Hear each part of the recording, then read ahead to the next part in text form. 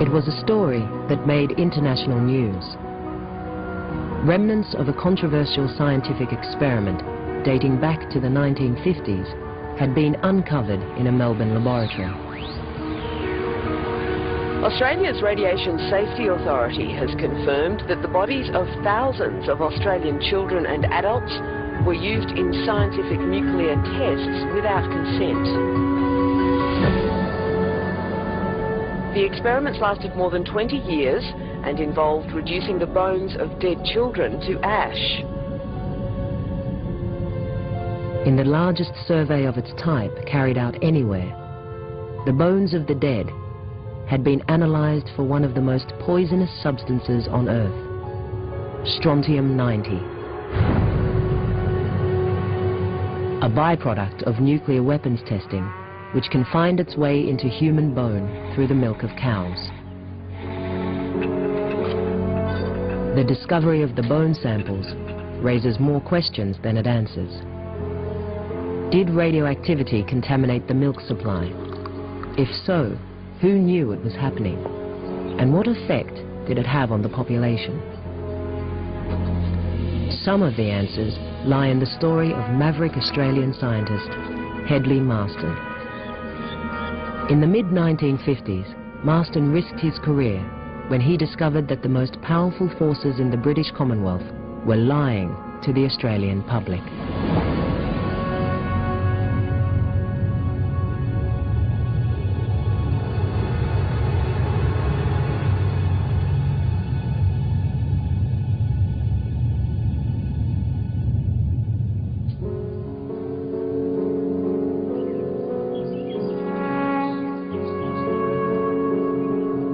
For Hedley Marston, the trouble began in late 1955. It was the height of the Cold War.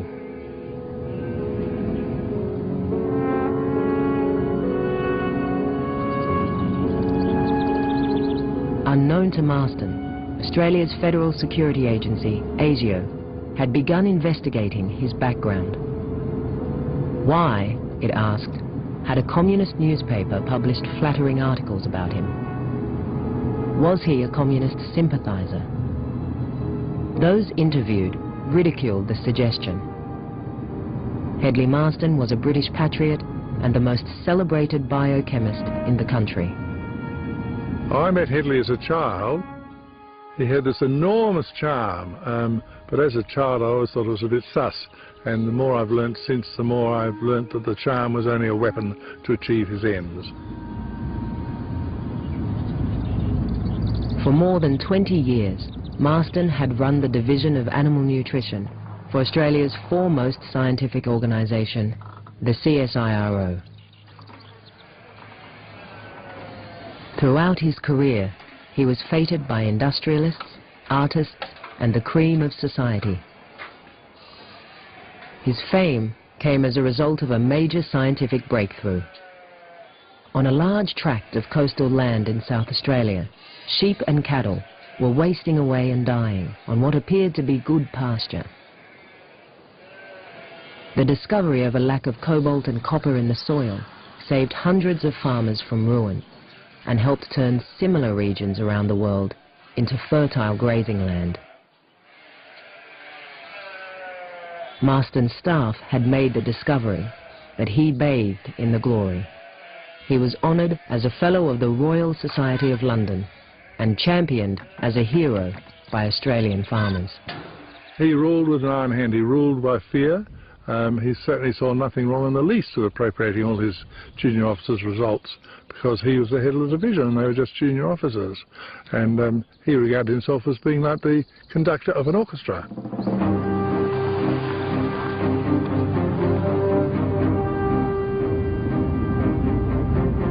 In October 1955, ASIO gave Hedley Marston a security clearance. For an upcoming series of atomic weapons tests in Australia, the British wanted his help to set up top-secret radiation experiments with animals. His work on the project would spark the bitterest dispute in Australian science. From October 1955 Hedley Marston became an essential component of the British atomic tests. Little did they know the kind of man, the ego of this man.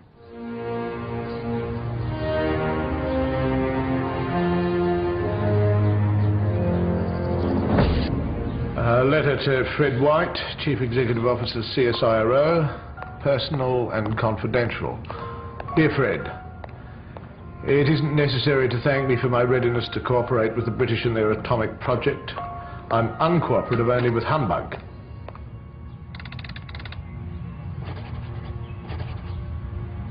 My own negative feelings about CSIRO becoming involved in military secrets has always been clear. Had the experiment been other than one concerned with the protection of civil populations, I would not so willingly agree to lend a hand. I understand the sensitivities involved. Yours, Hedley Marston.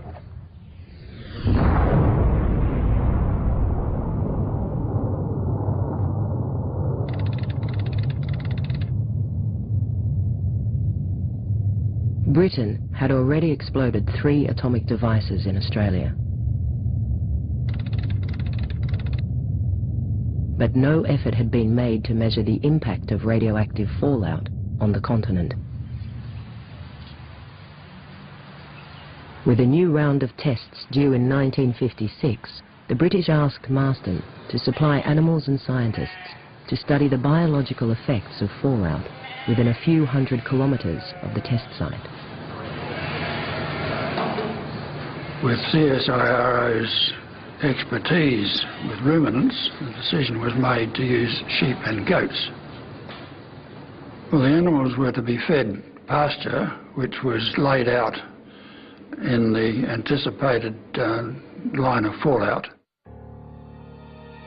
And the pasture was collected and fed to the sheep.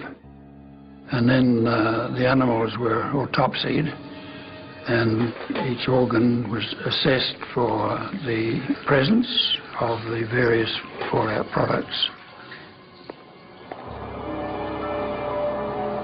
The aim of the experiments was based on the fact that 3 or so major atomic bombs would obliterate Britain.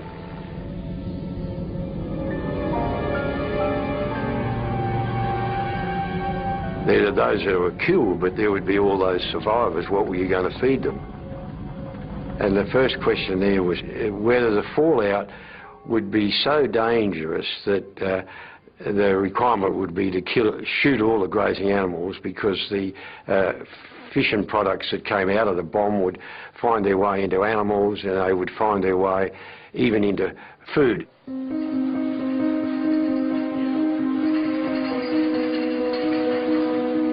Marston received sensitive measuring equipment from the British, but he soon realised their experiments were poorly conceived and would certainly fail. If he was running them, as he privately desired, they would be far different.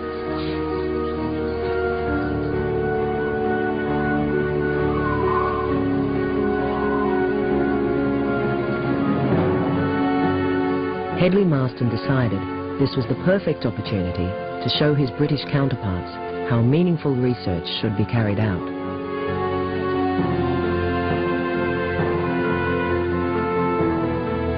He would design his own experiments, which were both clever and audacious.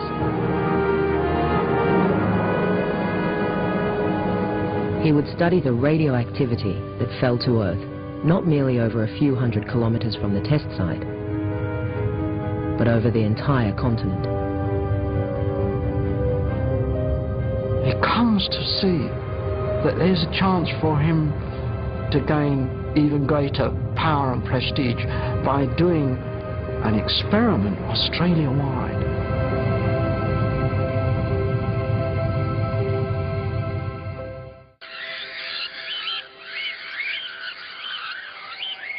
For his experiments, Marston would use sheep and cattle to investigate the uptake of iodine-131, one of the dozens of radioactive isotopes created during an atomic explosion. Well, it was clear that one of the biologically important radionuclides was radioiodine. And the advantage of radioiodine is that it has a very clear exposure path, and it's quite easy to measure. If it gets onto grass or pasture and it's eaten by the sheep, some of it will pass straight through, but a lot of it will go to the thyroid gland and concentrate there. And of course the thyroid gland is in the throat, and it's quite easy to excise the thyroid gland, take it out of the sheep and send it back to the laboratory for careful monitoring. Hedley didn't tell the owners of the sheep and cattle the use to which they were going to be put. And that was going to be important for the British and Australian governments, that we kept this as quiet as possible.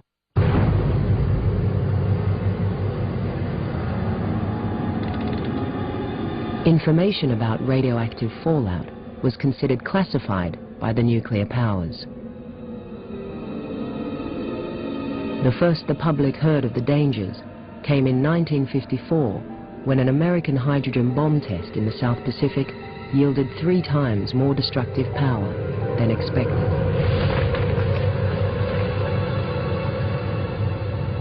A vast radioactive cloud blew over the Marshall Islands. The inhabitants suffered severe burns and nausea. Fallout also engulfed a Japanese fishing trawler, the Lucky Dragon. The Japanese fishermen were exposed to relatively high doses of radiation, and the radio operator died. Now, it was impossible to keep the lid on this story. And gradually, the realization that these atmospheric explosions contained hidden dangers.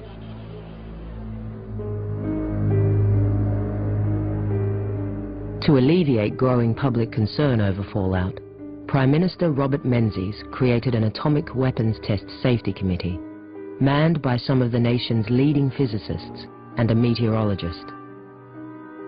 Chief Defence Scientist Leslie Martin was named chairman, but the dominant force on the committee was brilliant British-born physicist Ernest Titterton.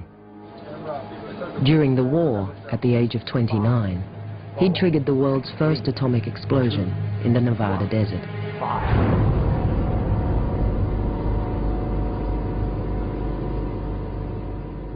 In the early 1950s, Hedley Marston's close friend Mark Oliphant invited Titterton to establish a school of physics at the new Australian National University in Canberra.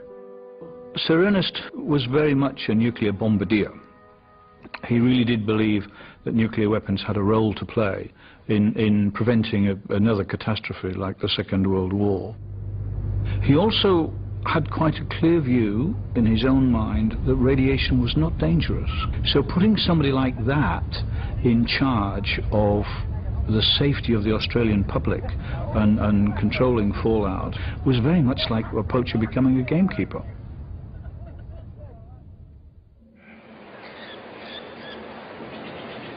The Safety Committee's role was to ensure weather conditions were suitable for firing at all future tests.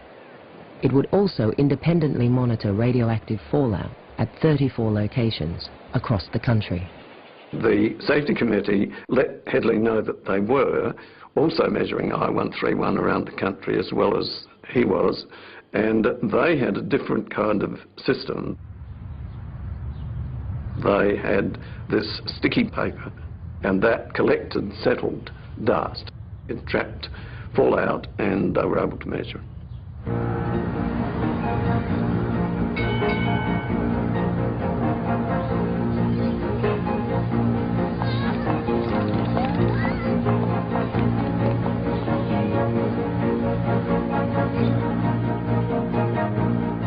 After months of preparation, Marston was ready for the most secret and politically sensitive project in the history of CSIRO. But then Britain changed its plans. With Cold War tensions increasing, it would now urgently explode 2 atomic devices on the Montebello Islands off West Australia, the site of its first test 4 years earlier.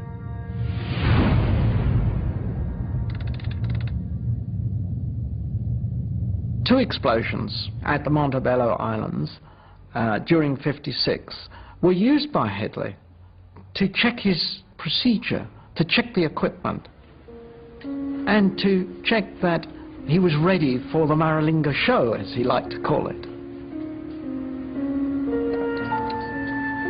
I carefully had people send in a sample thyroid test just to make sure everything was going, and the thyroid arrived in suitable condition and so on. And lo and bloody behold, Montebello had come on.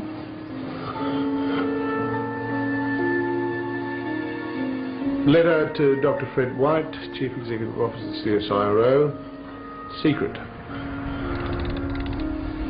We have found conclusive proof that a band of airborne radioactivity has passed over northern Australia in the last 10 to 12 days. We should be able to trace its course from the findings of the routine examinations of thyroids that are being made here.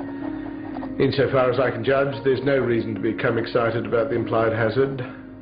Yours, Headley.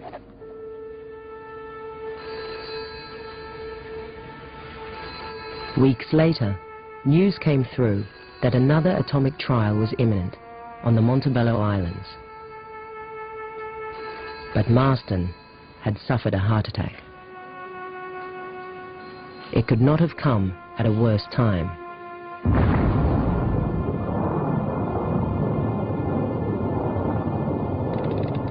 An official press release claimed it was a small atomic device, but at almost 8 times the destructive power of the bomb dropped on Hiroshima. This was Britain's largest atomic test so far.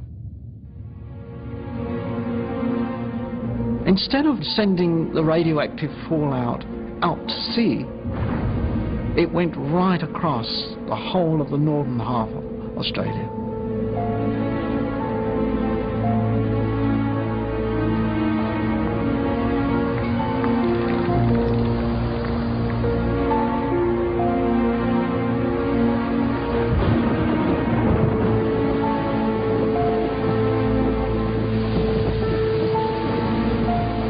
A few days later, a technician on the other side of the continent was calibrating a Geiger counter for the Australian Air Force.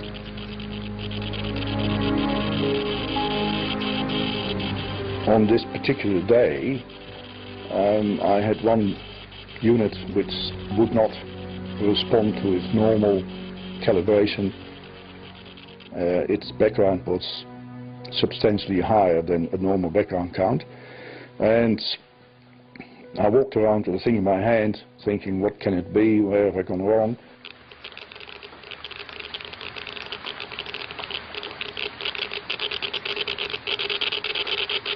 And as I approached the window, the count started to increase. And I thought, it's strange, so I stepped back and it reduced, and then I got suspicious, so I started running the Geiger counter around the actual window frame. And I may add, it was raining cats and dogs in Brisbane that particular time. Stuck it outside, and the count went off its rocker. And obviously we're having radioactive rain. Within 1 hour, a car turned up with a couple of officers, and they removed the Geiger counters we had there that we had repaired, as well as the radioactive material. And the owner of the business informed me there that I had to not to mention to anyone or even talk about it, because that he was now under the Official Secrets Act. And I never discussed with anybody since.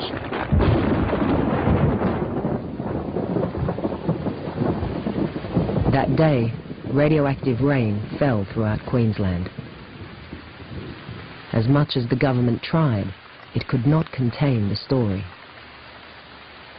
For the government, it was an absolute disaster, because we have this prospector near Cloncurry boiling his billy as the story goes, and his Geiger counter goes berserk. This prospector raises the alarm. It's not subject to the Official Secrets Act, and it hits the national press.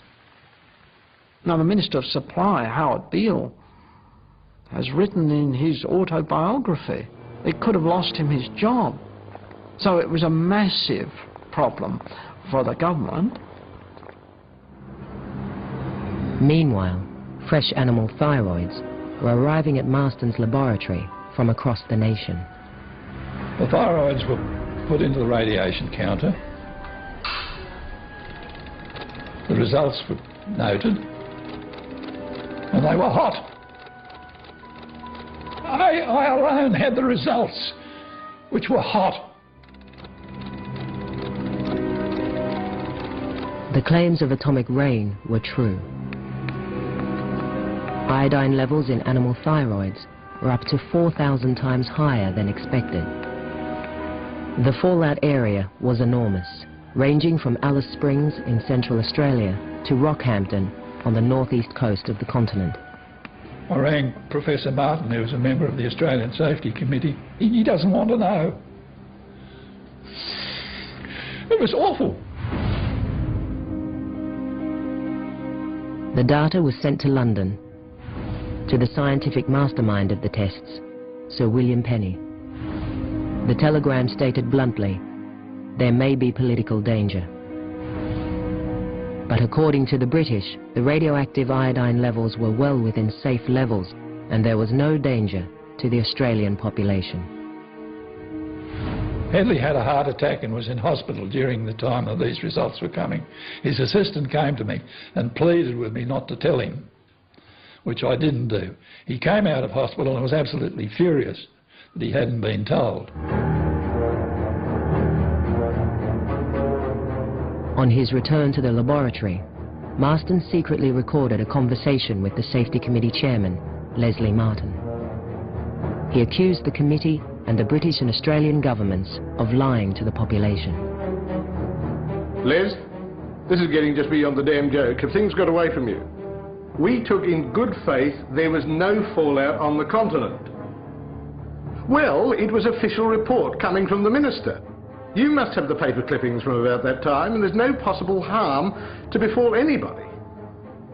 It is the most disgusting thing I've ever seen, and that will make every scientist indignant, and I should imagine stir up the socialists.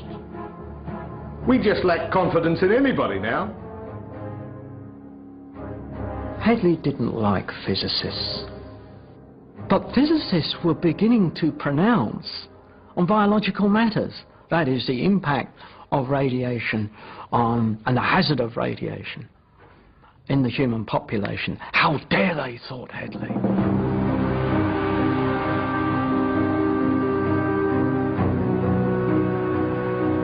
Marston's doctor ordered him to cut back on his workload, but he was determined to continue his experiments to see if the Safety Committee was looking after British or Australian interests. He expanded his thyroid collection points around Adelaide, the closest city to the tests. And unknown to the Safety Committee, he would also monitor radioactivity in the air over the city.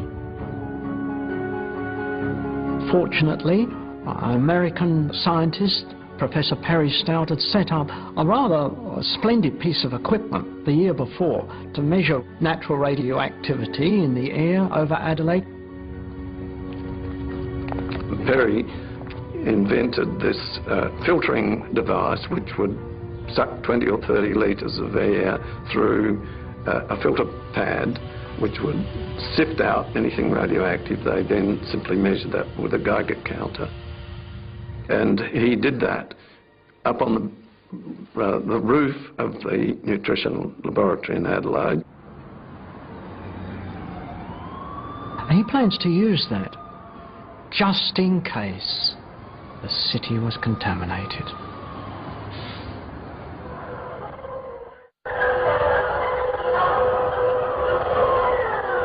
Maralinga, South Australia, September the 27th, 1956. 5 p.m. South Australian time.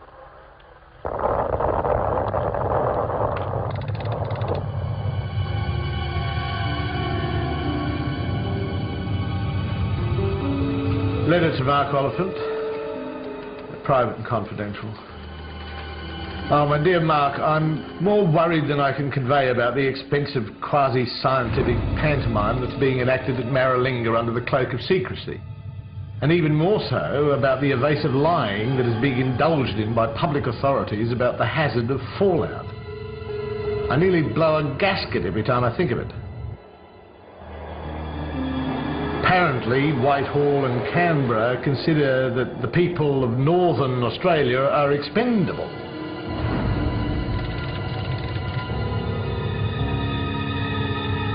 By comparison to all its predecessors, the third Maralinga test was small. Politically, it was the most explosive. Minutes after detonation, the wind changed direction. Part of the radioactive cloud was blown in the direction of Adelaide. There was a lady here hanging the washing up, looking up in the air to the line and facing the west. And she said she noticed a very unusual reddish-brown cloud, huge, stretching for miles, and very high. And she thought, that's odd, it didn't look like clouds.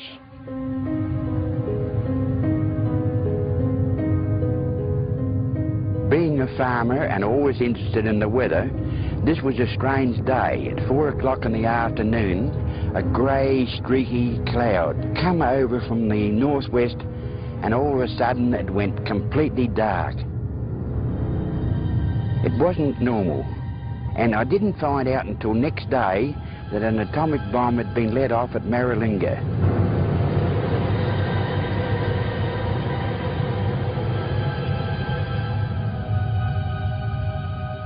Hedley Marston got quite angry when he read the official pronouncement that skilled men working through the night had found no evidence of any radioactive material. My cynical view is that it must have been too dark for them to read their Geiger counters.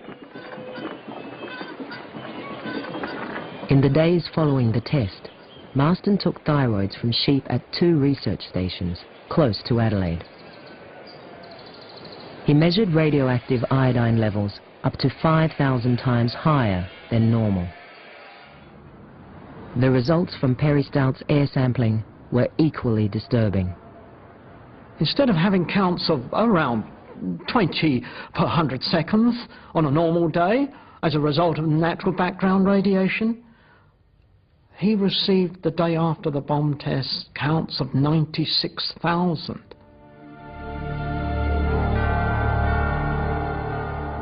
The people of Adelaide were never told. The people of the little towns along the way between Maralinga and Adelaide, they were never told. And if they'd read their local paper, they would have read the opposite, that all was well with the tests. 2 weeks later, Marston wrote to Mark Oliphant, the Director of Physical Sciences at Titterton's University in Canberra.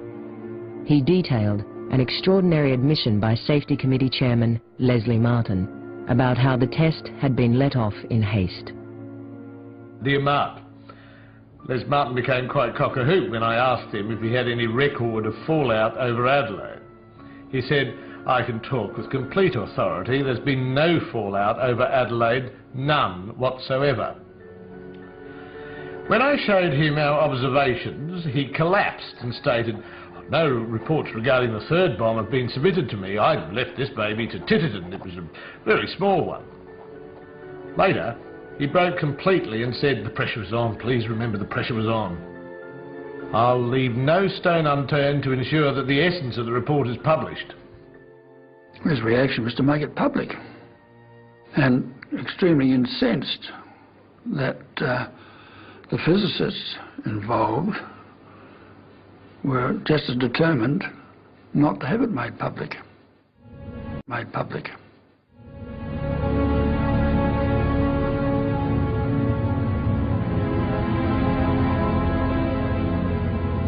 When Marston threatened to publish his fallout findings, the Australian Intelligence Service, ASIO, marked his file, Scientist of Counter-Espionage Interest.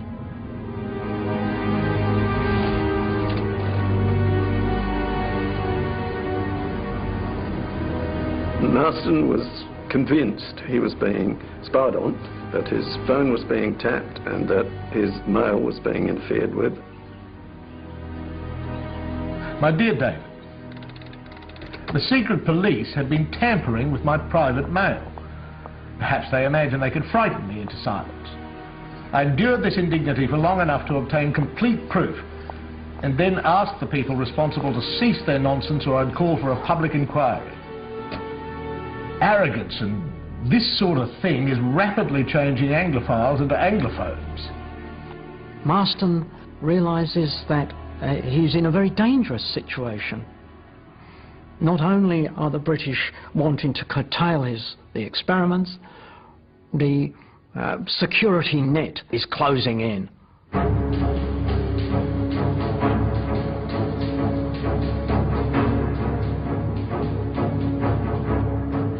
It had become the most politically charged dispute in Australian science. In his report, Marston accused the Safety Committee of lying to the Australian people about fallout. His findings of iodine 131 in sheep and cattle were proof that large areas of the Australian continent had been contaminated. This, he said, would result in increased cases of thyroid cancer in humans. But Marston went further. The presence of iodine 131 in animals, he said, meant that an even more dangerous radioactive isotope had contaminated the food chain, strontium-90. We have low levels of strontium-90 falling out of the atmosphere at that time and landing on the herbage, being eaten by the cow, accumulating like calcium does in the milk of cows, and then in this concentrated form, it's called biological magnification, going down the gullets children. When humans drink that milk, babies and children in particular, who are laying down bone very quickly, their bones are the places where the strontium and the calcium eventually wind up, and once it's there, it doesn't go away again. It stays there with its 29 years half-life. So in 29 years, half the activity is still there. In 58 years, a quarter of the activity is still there.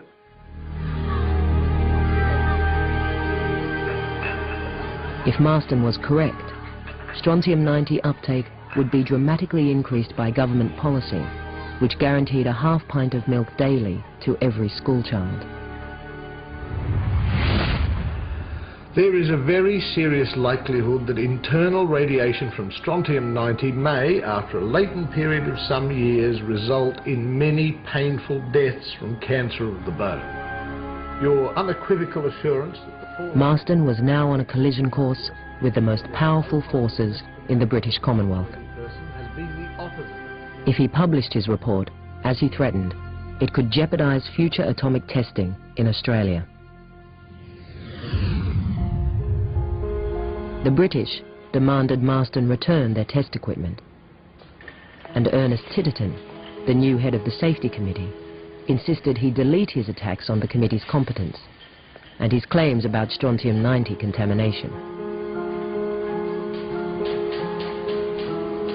Marston had never measured strontium-90, but in his report he left no doubt where his detractors would find it.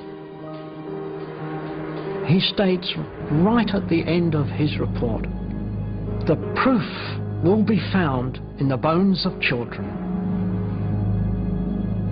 All one has to do is to examine the strontium-90 load in the bones of deceased people, and particularly children, in the coming decades, to show that I am right.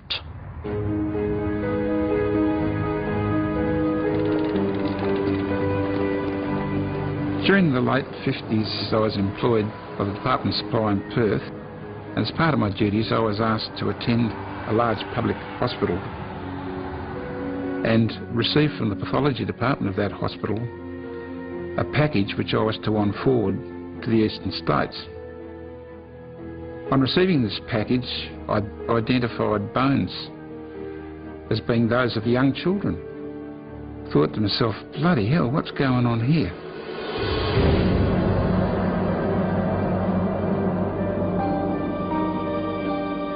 Soon after Marston delivered his report, the Safety Committee contacted pathologists in every capital city. They were asked to provide bones from bodies undergoing autopsy. I was able to talk to the people in the pathology department as to what this was all about. And I was told that the bones were taken to the eastern states, they were ashed and analysed for the presence of strontium-90. Throughout 1958, more than 400 bone samples were analysed. In all cases, the next of kin were never told. The Secretary of the Safety Committee wrote to all of the participating pathologists very early in the program a letter saying it may have occurred to you that the general public would not take kindly to the question of removal of bones for purposes of radioactive testing, and I therefore ask you to treat this matter as confidential. The bones of people of all ages were analysed, but the Safety Committee requested as many from babies and stillborns as possible. We know that in some cases whole femurs of babies were taken out. They've little tiny bones, maybe only that big. In other cases it was skull samples, vertebrae, because they could easily be taken out from autopsy. In Titterton's first report to the government, Marston's suspicions had been realised. Strontium-90 was indeed widespread in the Australian population. Infants showed levels up to 5 times higher than adults, but the levels, Titterton claimed, were well below the safety threshold and would not cause damage to cells or result in cancer. The issue was that there was no real knowledge of whether there was a threshold value below which it was safe to get radioactivity. The Safety Committee assumed there was. Hedley said there's no evidence for that, and you have no right to reassure the public that they are not in any danger. It was a question now dividing scientists around the globe.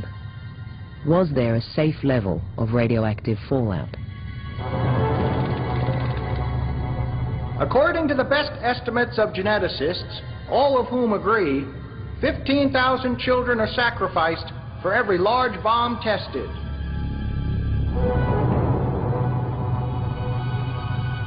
It is possible there is damage. It is even possible, to my mind, that there is no damage. And there is the possibility, furthermore, that very small amounts of radioactivity are helpful. But the most dramatic assessment came at an international conference attended by Mark Oliphant. 20 of the world's leading scientists warned strontium-90 could irreversibly damage the human race. Oliphant came back very reassuringly to Marston, saying that the kind of opinions that were now emerging internationally on this question of fallout were entirely vindicating his own opinion. Finally, in August 1958, after 18 months of stalling by the Safety Committee, Marston succeeded in publishing an edited version of his report in a respected CSIRO journal. But far from the political explosion Hedley Marston had predicted, the story was only reported in a small circulation farmers' newspaper. The major city papers ignored it completely.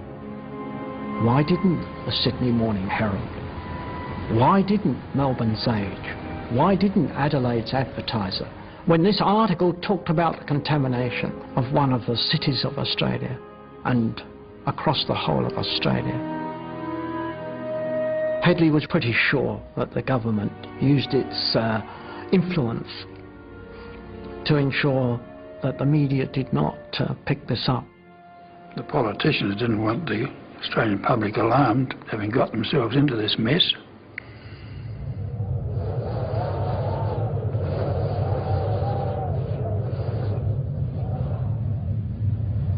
Despite the weight of Marston's evidence, the public remained largely unaware that atomic testing had contaminated much of their country. But then in 1959, something unexpected occurred.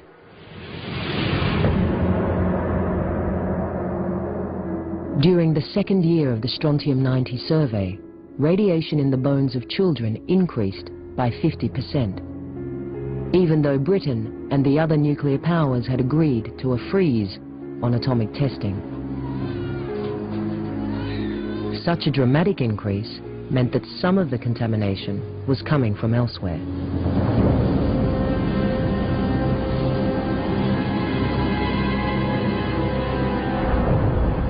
The only possible source was from past American and Russian hydrogen bomb explosions, which had sent strontium-90 into the stratosphere and was now slowly falling to Earth. Increased use of bigger and bigger devices by the Americans and the Russians meant that fallout was now becoming a global problem. So that everybody on Earth was getting a dose of radiation. And the consequences of this, if it had gone unchecked, would have been quite significant.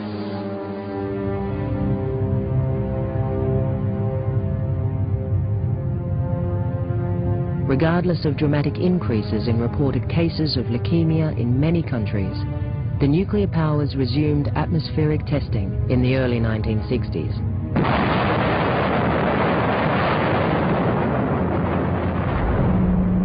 In 1962, the world rocked to about one nuclear explosion a week. And the levels of fallout were just going up dramatically. It really was getting to the stage where would it all end? A few years ago, scientists of the U.S. Department of Agriculture, working in cooperation with the Public Health Service and the Atomic Energy Commission, developed a laboratory method for removing radioactive strontium-90 from milk.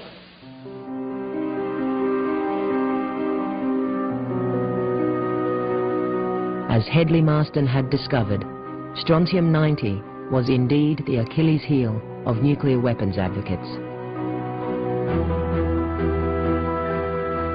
The loss of even one human life, or the malformation of even one baby, who may be born long after all of us have gone, should be of concern to us all. Our children and grandchildren are not merely statistics towards which we can be indifferent, nor does this affect the nuclear powers alone. These tests befoul the air of all men.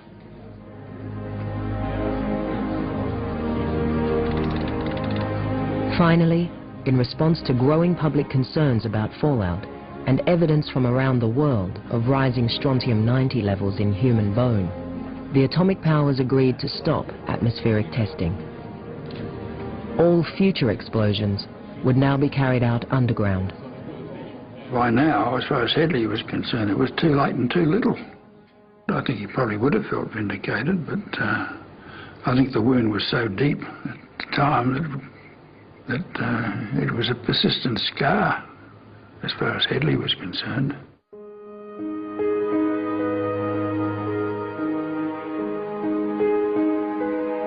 The minister had stated that no fallout went over a major city in Australia, and Hedley knew that it did.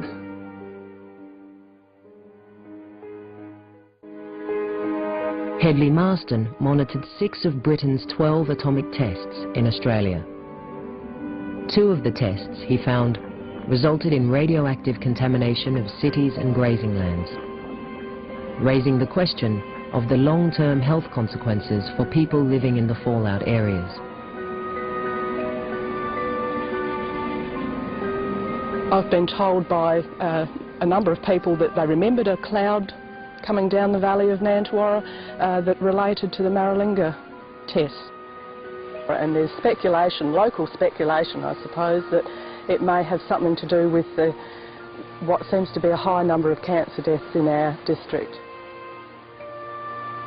I would love to know, if there is some truth in that story.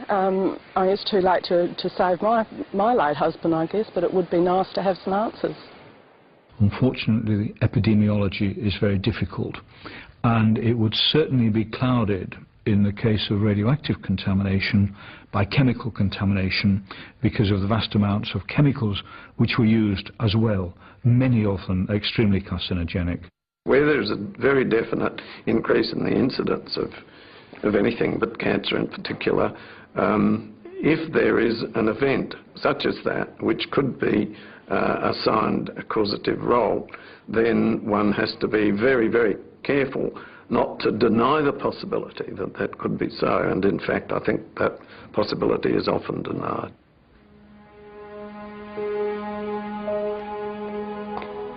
The true impact of atomic testing on the Australian population may never be known. But the evidence that contamination did occur lies within the remnants of the strontium-90 bone survey. The full extent of the program was astonishing. Over 2 decades, bones had been taken from more than 21,000 bodies, making it more than twice the size of a United Nations global survey. It was a very, very big business over 20 years, and just to think of all of those samples of ashed bone lying there in storage and being used was something of a shock. The enormity of the bone survey raises questions about the motives of the Safety Committee, in particular its driving force, Ernest Titterton. Did he have a real concern for the welfare of the population, or could there have been either a personal or political motive? This huge survey, perhaps 1,000 bones a year, I can't believe that there wasn't fear here in Titterton's heart, that he was extremely concerned to protect himself.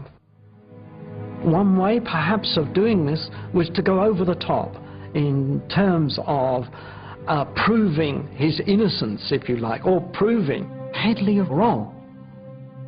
It was possible through the cooperation of the hospitals and pathologists to actually sample human bones of individuals who had died. Was there any radioactivity in any of the human bones? Yes, there's radioactivity in you and in me as we sit here. You've got loads of radium in your bones, you've got loads of potassium in your soft tissues, and you've got, as everybody else on Earth has, small amounts of materials from nuclear weapons testing carried out by the Russians, the Americans, the British, the French, and the Chinese. But the levels are so small that they have absolutely zero effect on you. Titterton was right in the sense when he said it would not be a major radiation hazard for the Australian population. Where he was wrong is in saying that there was no hazard. It was not the sort of thing you would expect people of their standing to actually state. And so those sorts of assurances were being given for political, not scientific reasons.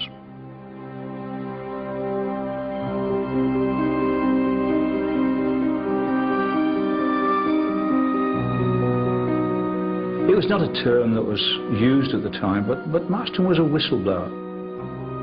He found out that lies were being told to the Australians. To study the biological effects of fallout within a few hundred kilometres of the test site. With CSIRO's expertise with ruminants, the decision was made to use sheep and goats.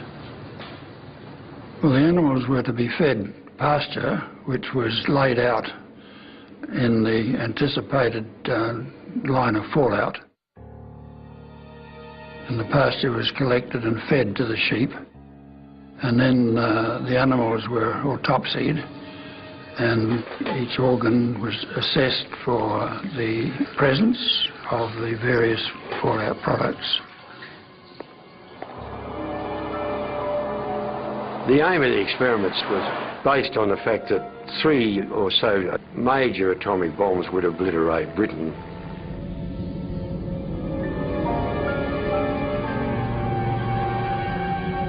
There are those that were killed, but there would be all those survivors. What were you going to feed them?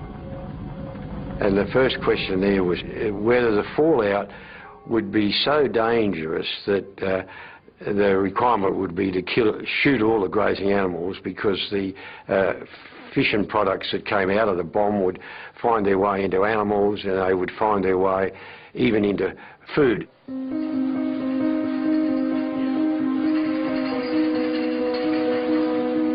Marsden received sensitive measuring equipment from the British. But he soon realized throughout his career he was fated by industrialists, artists, and the cream of society. His fame came as a result of a major scientific breakthrough. On a large tract of coastal land in South Australia, sheep and cattle were wasting away and dying on what appeared to be good pasture. The discovery of a lack of cobalt and copper in the soil saved hundreds of farmers from ruin and helped turn similar regions around the world into fertile grazing land. Marsden's staff had made the discovery, but he bathed in the glory. He was honoured as a Fellow of the Royal Society of London and championed as a hero by Australian farmers. He ruled with an iron hand. He ruled by fear. He certainly saw nothing wrong in the least with appropriating all his junior officers' results, because he was the head of the division and they were just junior officers. And he regarded himself as being like the conductor of an orchestra.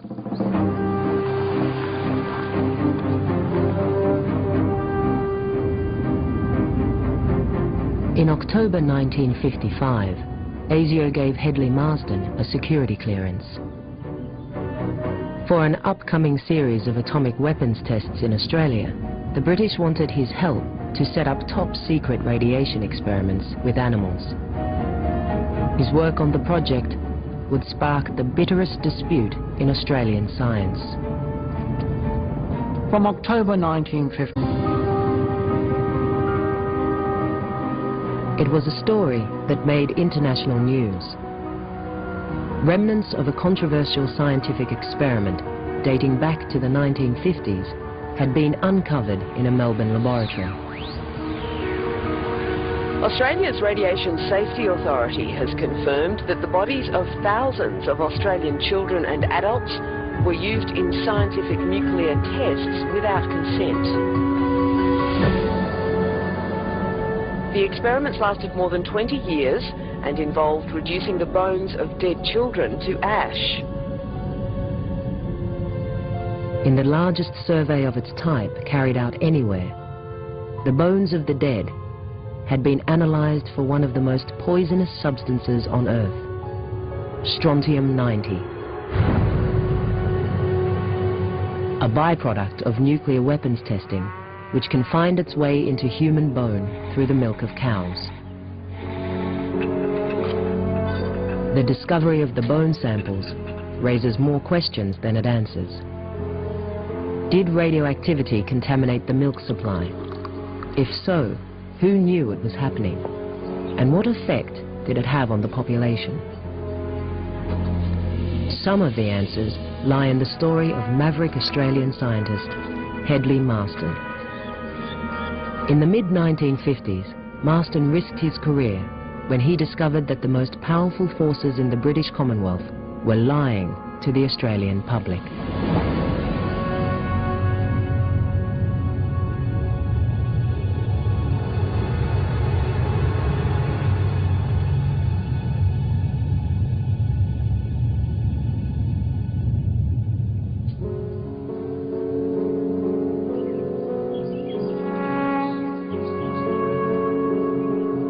For Hedley Marsden, the trouble began in late 1955. It was the height of the Cold War.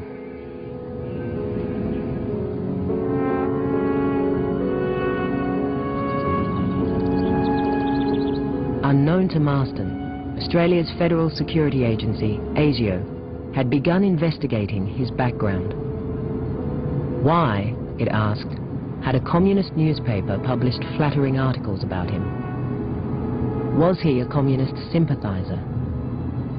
Those interviewed ridiculed the suggestion, Hedley Marston was a British patriot and the most celebrated biochemist in the country. I met Hedley as a child. He had this enormous charm, but as a child I always thought it was a bit sus. And the more I've learnt since, the more I've learnt that the charm was only a weapon to achieve his ends. For more than 20 years, Marston had run the Division of Animal Nutrition for Australia's foremost scientific organisation, the CSIRO. Hedley Marston became an essential component of the British atomic tests. Little did they know the kind of man, the ego of this man.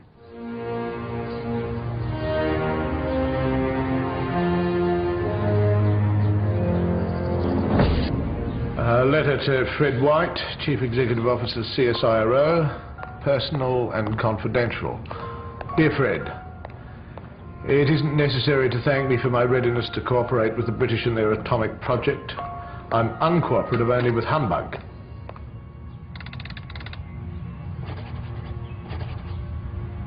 My own negative feelings about CSIRO becoming involved in military secrets has always been clear. Had the experiment been other than one concerned with the protection of civil populations, I would not so willingly agree to lend a hand. I understand the sensitivities involved. Yours, Hedley Marston.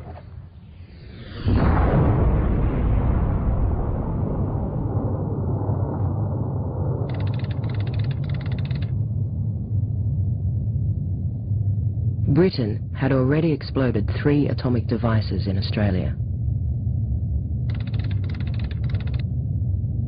But no effort had been made to measure the impact of radioactive fallout on the continent. With a new round of tests due in 1956, the British asked Marston to supply animals and scientists